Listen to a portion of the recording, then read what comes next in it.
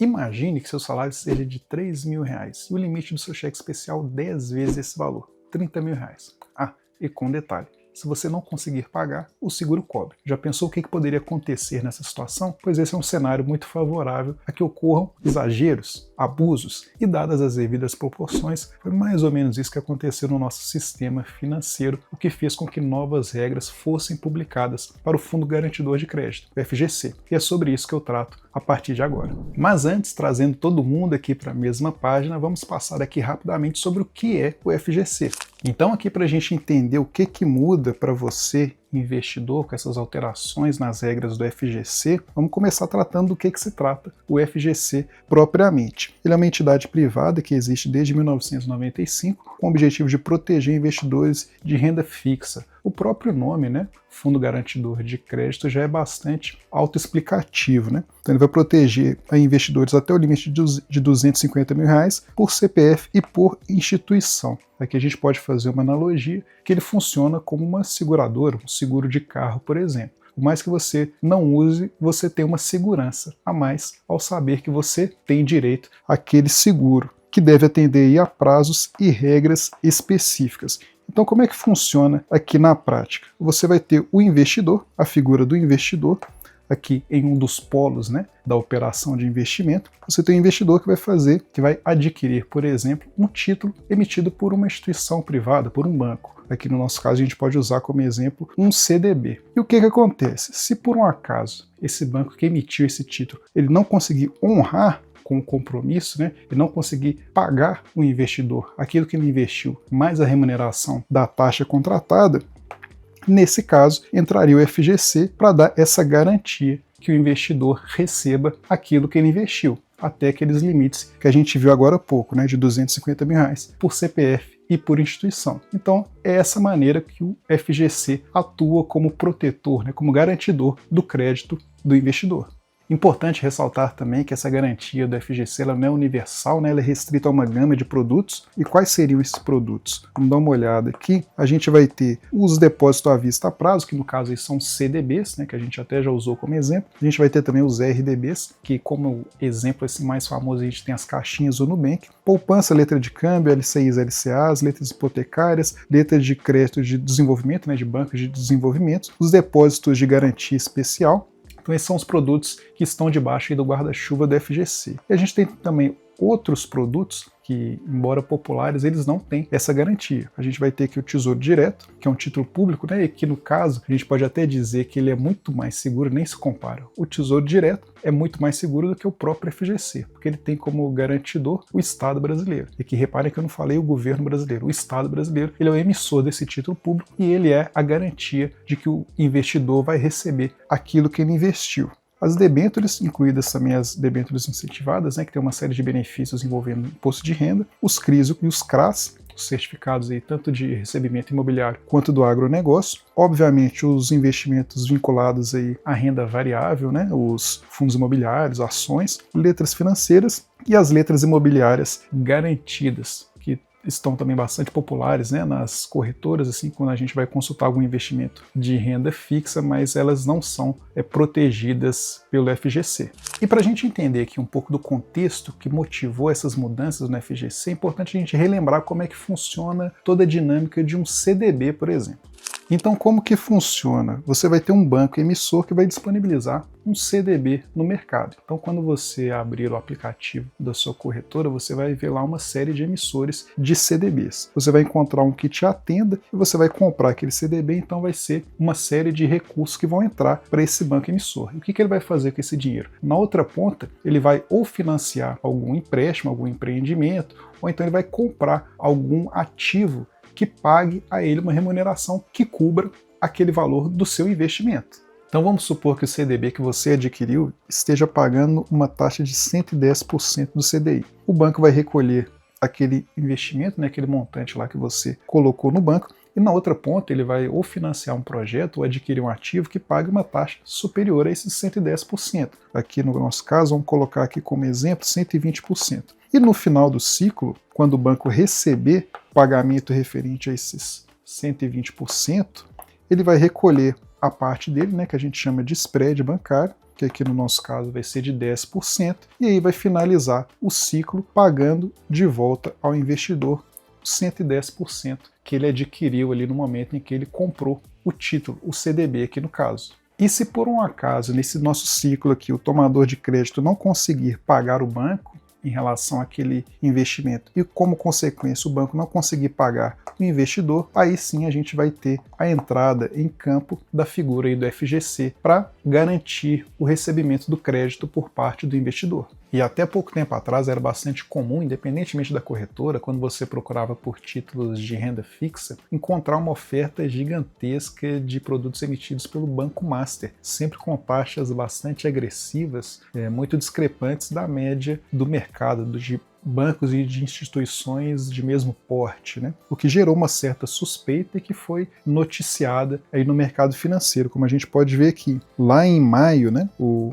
portal aqui J já anunciava como o Banco Master transformou precatórios em CDBs e pôs em xeque o sistema financeiro brasileiro. E como que isso aconteceu? Como a gente viu no esquema anterior, né, de como funciona a dinâmica aqui envolvendo um CDB, o banco ele vai receber o recurso do investidor, até aqui ok, né, vai receber o recurso do investidor, e o banco vai usar esse recurso numa outra ponta, teoricamente em um ativo ou em um empreendimento que pague uma taxa maior do que aquela que o investidor adquiriu, né? E o que acontecia no caso do Banco Master? Essa outra ponta aqui, ela estava de certa forma muito arriscada, porque o banco alocava o dinheiro que ele recebia dos CDBs em precatórios. E precatórios, por mais que eles tenham o governo federal, aqui no caso, como o devedor, né, o responsável por pagar, então teoricamente seria algum instrumento seguro, ele tem uma certa imprevisibilidade, porque até pouco tempo atrás, por exemplo, a gente teve algumas medidas aí políticas que simplesmente prorrogaram, né, jogaram para frente a necessidade, a obrigação, né, de serem pagos os precatórios. Então ele não é dado como algo líquido e certeiro na questão assim do tempo, né? Ele ainda assim está sujeito a essas manobras políticas. Então o Banco Master tinha um volume bastante significativo alocados nesses precatórios. E o banco estava na dele, porque por mais que tivesse essa imprevisibilidade em relação ao efetivo pagamento dos precatórios, para ele não teria problema nenhum, porque como estamos tratando de CDBs, se não houvesse o pagamento, ainda assim tudo isso aqui estaria sob a cobertura do FGC. Então imagine o seguinte, se o banco não tiver que se preocupar com essa outra etapa aqui da dinâmica envolvendo um CDB, porque se der problema o FGC tem que cobrir, ele pode ficar restrito aqui só na captação de cliente. E o que ele usa como artifício para atrair cada vez mais clientes? Ele coloca as taxas lá em cima. Então a gente passou a ver o Banco Master, no caso, oferecendo taxas cada vez mais agressivas, de 120%, 130% do CDI, o que destoava bastante das taxas oferecidas por bancos do mesmo porte. E isso acabou tendo vários desdobramentos no mercado, né, como a tentativa de compra do Banco Master por parte do Banco de Brasília. A liquidez do FGC também teve que ser aumentada justamente para eventualmente ele ter que dar conta dessa inadimplência do Banco Master, e como consequência a gente teve também aí alterações nas regras envolvendo o FGC, porque não bastava mais você chegar numa corretora e ver lá o selo de que aquele determinado investimento ele teria a garantia do FGC. Se houvesse de fato essa quebra do Banco Master, como ele estava bastante difundido, pior do que, aliás, talvez nem tão pior, mas tão ruim quanto a perda do dinheiro em si, seria a perda de confiança em todo o sistema financeiro. E aí, como consequência, a gente teve aqui nessa ordem as captações agressivas aí do Banco Master, disponibilizando CDBs a taxas bem acima dos seus pares, e como consequência reuniões aí do Banco Central, o que determinou, que culminou, né, nessa resolução que altera as regras do FGC com vigência a partir já de 2026. Então vamos entender aqui o que muda de fato, né, com essas alterações aqui a partir da resolução 5.238, a gente vai ter em relação à contribuição adicional. Nessas entidades elas vão ser obrigadas a pagar, antes era 0,01%, agora vai ser 0,02%, o gatilho que antes era 75%, agora é 60%, com o objetivo de desestimular essa captação desproporcional. Agora vamos entender o que isso significa. Então, para a gente usar aqui essa mesma estrutura, né, que a gente está usando aqui para o CDB, vamos entender o seguinte. Vamos supor que nesse esquema aqui de captação de recurso, né, que a entidade vai ter, ela vai disponibilizar lá vários títulos, né, entre CDBs, LCIs e LCAs, então ela vai receber um fluxo bastante significativo de dinheiro, que a gente vai chamar aqui de captação. E aí o que vai acontecer? Vamos supor que essa entidade aqui do nosso exemplo, ela vai ter captado 10 bilhões de reais. Então vamos colocar aqui que ela captou 10 bilhões de reais. Antes, se desses 10 bilhões de reais, 75%, vamos colocar aqui 75%, 7,5 bi eram referentes a esses títulos aqui, né, de LCI, LCA, CDBs, até poupança, aí essas entidades teriam que pagar uma contribuição adicional. Só que o que aconteceu? Esse limite ele foi reduzido. Então, agora não se fala mais, para esse caso aqui do nosso exemplo, em 75%. Agora ele reduziu aqui para 60%, né? Que no nosso caso vai ser equivalente a 6 bilhões. Então, se a captação daqueles títulos cobertos pelo FGC ela superar esses 60%, ele já vai estar sujeito a essa contribuição adicional, que passou de 0,01% agora para 0,02%. Então vamos aqui ao segundo ponto, referente à alocação em títulos públicos. Então se o valor de referência, né, o valor que a princípio seria coberto pelo FGC, ele for 6 vezes maior do que o patrimônio líquido ajustado e ser o equivalente a mais do que 80% das captações, ele deverá alocar parte desse excesso em títulos públicos. Ficou faltando aqui, mas seria em títulos públicos. Então o que acontece aqui nesse caso? Vamos supor que aqui essa entidade, esse banco, ele tem um patrimônio de 2 bilhões. Só que aí, nesse mesmo esquema aqui de operações, né, de fluxo de entrada, ele fez uma captação de 15 bilhões. E dentre esses 15 bilhões, a gente vai ter que 13 bilhões são referentes àqueles títulos que têm cobertura do FGC, como a gente já viu aqui, os CDBs, as LCIs, LCAs. Então, nesse caso, a gente pode perceber aqui que a captação, o valor de referência, né, dos títulos que seriam cobertos aí pelo FGC, ele é maior do que 6 vezes esse valor, né? 6 vezes aqui vai dar 12 bilhões, né? E ele também é maior, esses 13 bilhões, eles são maiores do que 80% de 15 bilhões, que seria 12 bilhões. Então aqui nesse caso ele atenderia a esses dois requisitos. Então esse excesso aqui, para esse exemplo que a gente está dando, esse excedente aqui, ele deve ser alocado, a partir de então, em títulos públicos do Tesouro. Então essa é mais uma mudança, mais uma alteração que houve nas regras do FGC. E complementando também, se esse valor de referência, né, dos títulos cobertos pela FGC ele for maior do que 10 vezes o patrimônio líquido, aí 5% desse excesso obrigatoriamente vai ter que estar em títulos públicos, né? E em até 2028, 100% do excesso vai ter que estar alocado em títulos públicos. Então aqui de certa forma vai até escalonando, né? Aqui no princípio ele vai ter a opção de alocar parte do excesso, e se esse valor de referência ele for maior do que 10 vezes o patrimônio líquido, 5% do excesso até julho de 2026, chegando a 100% ali até 2028. Aqui como critério patrimonial, a gente vai ter que a contribuição adicional vai ser devida quando o valor de referência, né, ele for superior a 4 vezes o patrimônio líquido ajustado, nessa proporção que a gente viu para o item 1, que aqui no caso vai ser antes era de 0,01%, agora é 0,02%. Ela vai ser devida sempre quando os valores que seriam sujeitos à proteção do FGC eles ultrapassarem 4 vezes o patrimônio líquido, e também, como a gente já viu no item anterior, ele tem que atender essas duas condições, né? E o limite aqui de gatilho ele diminuiu, antes era 75% e agora é 60% das captações. Então a gente tem também esse critério aqui patrimonial.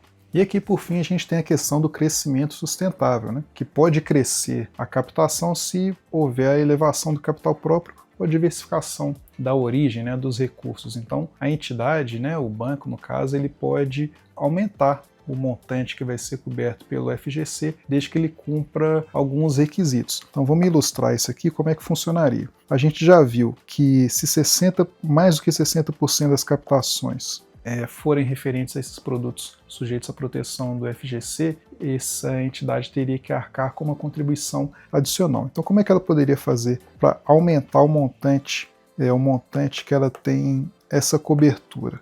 Como é que seria esse processo? Então, vamos supor que a entidade ela captou lá 10 bilhões de reais. E desses 10 bilhões, a gente vai ter que 7 bilhões são de itens que seriam sujeitos à proteção da FGC. Então 7 bilhões aqui está acima de 60%, né, do total de captação. Então nesse caso aqui haveria uma incidência de contribuição adicional. Mas aí como é que essa entidade poderia fazer para aumentar essa relação, né, esse montante de capital protegido pelo FGC? Ela teria que aumentar as outras fontes aqui. Colocar aqui de azul. Essas outras fontes aqui de captação, ela poderia aumentar. Então, se esse montante aqui no final das contas, ele sair de 10 para 20, agora os 60% eles vão ser iguais a 12 bilhões. Então aqui ela teria uma oportunidade, uma chance de aumentar o capital protegido pelo FGC de 7 até ali na faixa de 12 bilhões. Então, existe esse caminho, essa estratégia, caso uma entidade ainda assim queira aumentar a quantidade, né, o montante de recursos que ela tem captado que estejam sob o guarda-chuva, sob a proteção do FGC. Mas para nós, pequenos investidores aqui, mortais, o que muda de fato?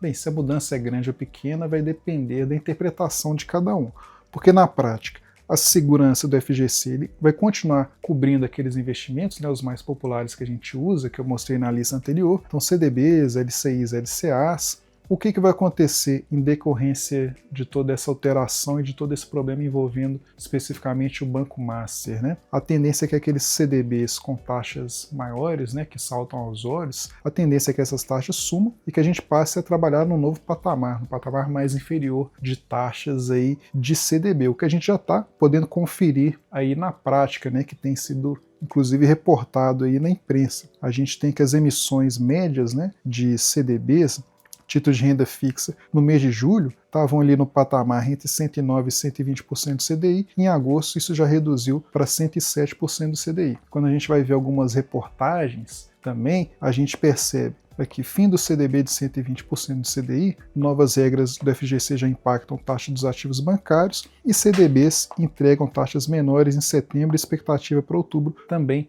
é de queda. Então a gente já está percebendo aí na prática, né, no dia a dia do investidor, que isso já tem se provado realidade. Então o que fazer é mais ou menos a mesma estratégia que a gente utilizava antes, né? Sempre diversificar em bancos, né? Se você tiver 300 mil reais, por exemplo, não faz sentido você alocar todo esse dinheiro em um único título de um único emissor, porque você de cara já estaria não com todo o seu montante coberto pelo FGC. Sempre avaliar o risco e retorno, e a segurança existe, mas a percepção do risco pode subir. Aqui mais no sentido de que casos como esse servem para educar o investidor de certa forma. Então, não basta simplesmente você chegar lá na plataforma, na sua corretora, e ver lá que tem um carimbo do FGC, que aquele investimento é protegido pelo FGC, e você já achar que aquilo ali está ok. Você vai analisar a taxa, um conjunto de fatores para avaliar se aquele investimento faz sentido para você ou não. Então esse tipo de caso serve de forma didática para educar o investidor, todos nós investidores. E então vamos resumir aqui tudo que envolveu essa mudança nas regras aí do FGC. A gente teve como gatilho o caso do Banco Master, né, que